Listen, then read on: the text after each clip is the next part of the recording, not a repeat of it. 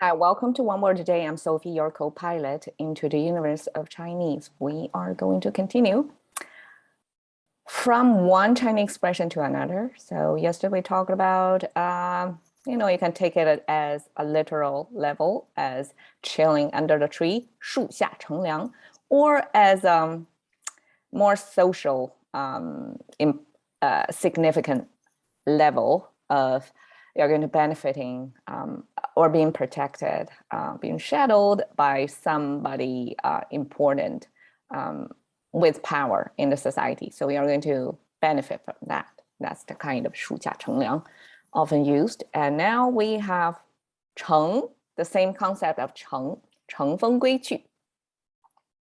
Okay, so the same kind of 乘, like somebody is doing push-up, pull-ups to get themselves on top of a tree. So that's the initial or the original how we get the character of 乘.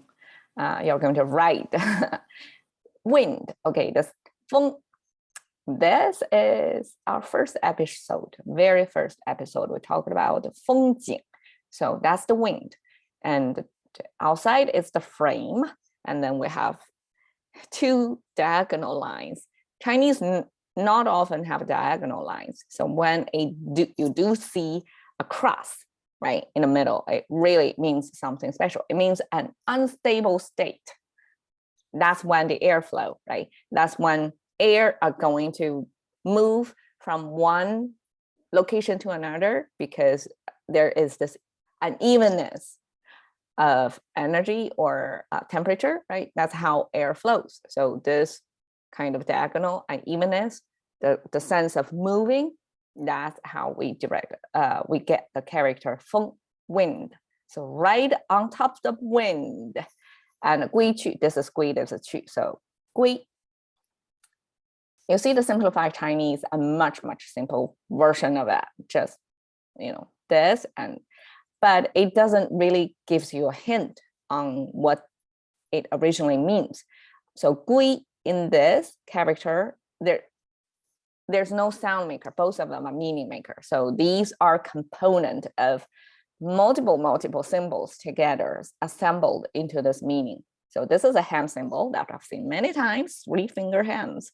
And the bottom is kind of a tree, right? But it's kind of downward pointing tree. So that I read it as a duster. I mean, Asian Chinese, they do house cleaning as well. So that's the duster, the hand over duster, right? So this is domestic labor.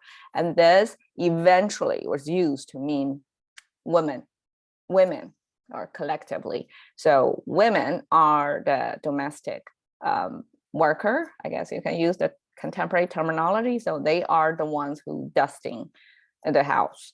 So this simply means, either your mom or your wife, some woman in your life, right? And then the left side is, this is somehow the toes or the foot. Like this is the whole thing is the foot. And this is bottom is probably the very bottom of your your toes, some structuring of your foot. So some anatomy, perception of the anatomy of your, like maybe this is your calf and then this is your foot. So the bone structures basically. So this means you're walking like on foot. I mean, that's the main way of travel, right? You have no other choices unless you're rich enough to afford a horse. But most of the time it's going on foot toward whoever are dusting your house, the woman in your life. So either return to a mom or return to a wife. So that becomes the concept of return. That's where you're going. You're going home, basically. Women in your life representing home, right? Okay, so 去 is this kind of symmetrical looking, almost mythical looking thing, right? This looks like an airplane, but I'm pretty sure back then people have no clue of airplane, but that's like a human, like big symbol, right? Because you have the trunk and you have 4 limbs pointing out. That's the big symbol. And this we can interpret it as your safe place, your shelter, or your cave. So somebody is going out. Excuse me. It's going out of your shelter. So this means somebody is departing from where you live, basically. So this is departing. Okay, so this departing, but this is a return kind of departing. So it's almost like, are you going or coming? Are you coming home or you're leaving? Well, this is kind of you're leaving so that you can coming home. 乘风归去. Who can ride the wind to go home? Okay, in this cave painting, it's very famous. I'm not sure how famous it is in the English speaking world, but in somewhere in the sort of Midwest in China, okay, that's the route to on the Silk Road. So people build stuff over there. I'm pretty sure like back then when the trade of Silk Road was busy, so it was quite prosperous back then that people can have enough money to fund such art activities that they make elaborate, colorful wall or cave murals, like massive murals depicting stories of, either human activities or immortal activities. In this sense, I mean, who can ride the wind? It must be some superhuman, like non-human figure. So indeed, like these are women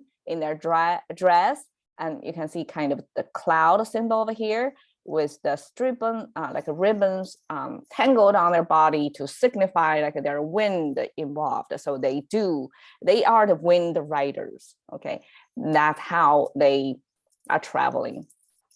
I mean, nowadays, if you take an airplane, we're all wind riders, right? No biggie. But back then, only the immortals can do that. And 乘风归去 actually is the Chinese origin, Eastern, corresponding concept of accession in Christianity. So it's some maybe human turned immortal figure or immortal themselves, like they are going to ride on the wind and ascending into their home where they belong, right?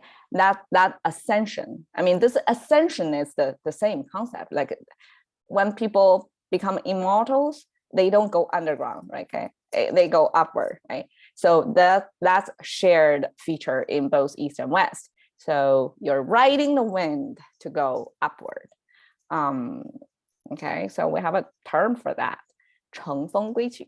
So I should translate as ascension, but okay, soaring. Okay, cash into the currency of thinking by just one word a day with Sophie. Going to see you another day, hopefully.